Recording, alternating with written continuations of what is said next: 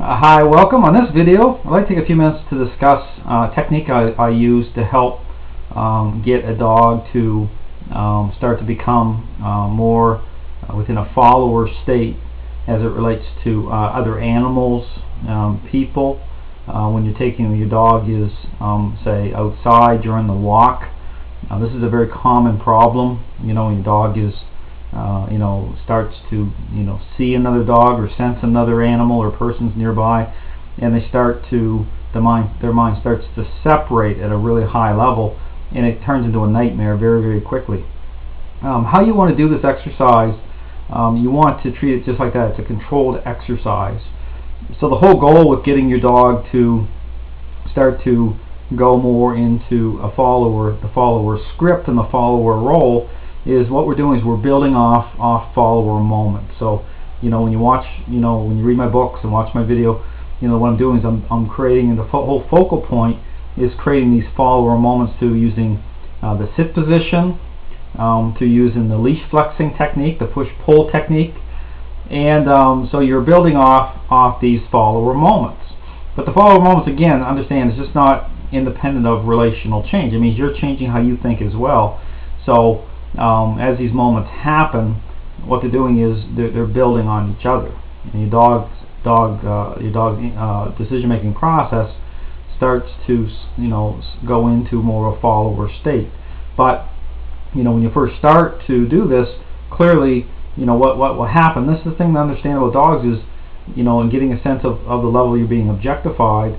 When you're going out and your dog starts to fixate and see another dog, animal, or person, they're already wrapping their mind around that animal or person. Their mind's already separating. Okay, it's already separating, and this is very problematic when you're facing on, because what will happen is your dog's already left their body, so to speak. They're there physically but gone in mind, and you're not even getting a sense of that yet, because your dog may be there and they're elevating, but you're not getting a sense of that elevation because the dog is locking in.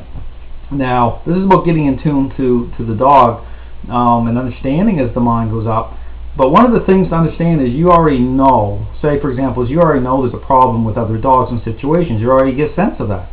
So it's already, when you get a kind of a snapshot of the relationship, you already know where the dog's mind's going to go when you go outside. So keeping that in mind, what you want to start to do is you need to start to create the circumstances so you can get a better sense of how deeply entrenched the mind is, and we need a type of interaction to help us with that.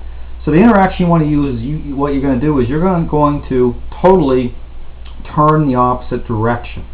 Okay, so as soon as the technique here, as soon as the door opens, so to speak, as soon as your dog's mind starts to separate, or you get a sense it's going to, and this is where you don't wait. This is when you're facing on to a situation, and even some dogs and this is the thing, some dogs that are holding a lot of power, they will air scent. Okay, they'll smell. They'll seek out through their nose the other dog. They'll know it's in the air. They already start to build power, want to express it. So the whole key here is soon as that door opens just a crack, and this is where you want to do this from a distance. You don't want to be close. You want to have quite a long distance, because all we're doing here is we're just opening the door enough to create the response. Okay, for the dog's mind to separate, because then what you're going to do is you're going to immediately turn around and face the opposite direction. Now when you turn around, you're not doing the turnaround, you're not turning around facing out of weakness because you're scared or you want to take off and avoid or go the other way. Now this has to come out of strength. Your mind has to stay within a leadership role where you're just turning so we can switch focus, so we can better see and understand the desperation, so to speak, of the dog wanting to seek out that power. Okay, and it's going to help you create moments, because you're going to be able to fully see how bad it is. Okay, because what can happen is if you're staying just face on, dog's mind's building. You're not seeing it fully exposed. We want to see it on display. Okay, this is the goal of this technique. You want to see it on display so that you get a better sense of the level you're being objectified and how deeply entrenched this is. Now, even though you're going to get the behavior, the dog will desperately try to turn around, okay, because they want to lock in. Again, what you're going to be doing is moving forward, just kind of baby steps. You're going to keep moving forward, and you're just going to keep redirecting the dog into the sit position.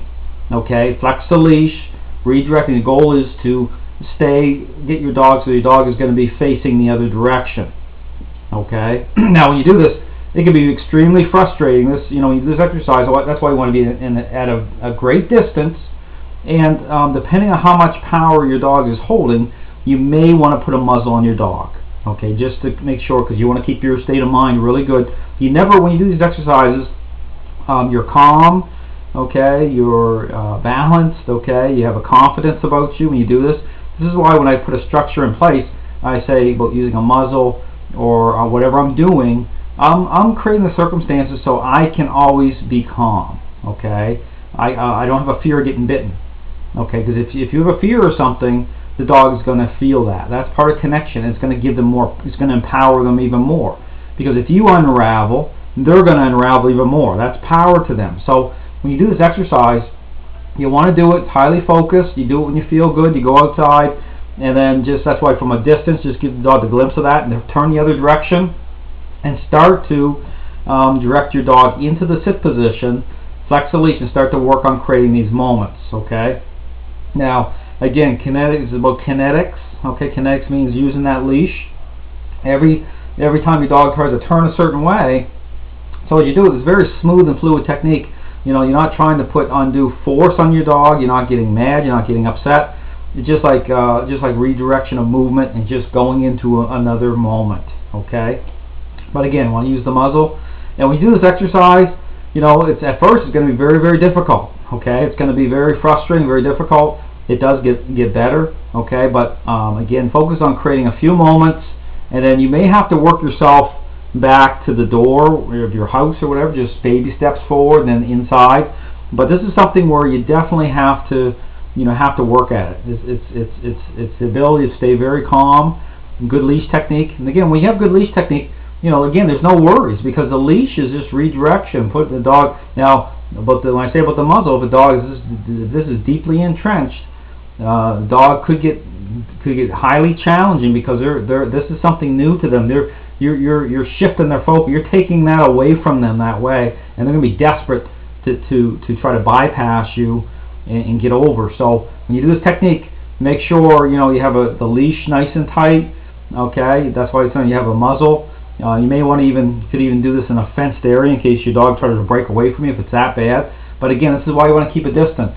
And you do it, just stay calm, you're the pillar, and start to do the technique that way. So it's a turnaround technique, and allows you to put everything on full display, because the whole point here is we need to see it to be able to fix it. Okay, you need to see what's going on. It allows you to see at the relational level what's happening. Okay, what we're doing, we're changing the game plan on the dog. Eventually, once we do this technique enough, you'll be able to stand face on, and the dog's it's not gonna lock in like that. Okay, but what we're doing is we're taking that away. We're opening the door, we're shutting it again, and we're piling on the follower moments. And relationally, it causes a relational shift. And what you're communicating, say, everything comes through you. Everything comes through you, no matter if it's another dog, another person, whatever it is. Everything comes through you. But again, do this in a leadership way, calm, confident. You have to get total focus on what you're doing. Don't invest. That's the other thing. Do not invest in the other dog. If you look at the other dog peripherally, do not have thoughts in your head about oh no, or you're going to get upset. Nothing like that. Just look distance-wise. Always keep your mind in a position of strength. I mean, that's critical. You're always just like blinders on. Just keep it's just an exercise. You don't care if it's a freight train running through your backyard. You own it, okay? And I don't mean that in an aggressive way. It's about leadership. So anyway, hopefully this video helps, but understand the technique. But it's turning and facing the opposite direction, and then starting to focus on follower moments. So thanks very much for watching. Thanks.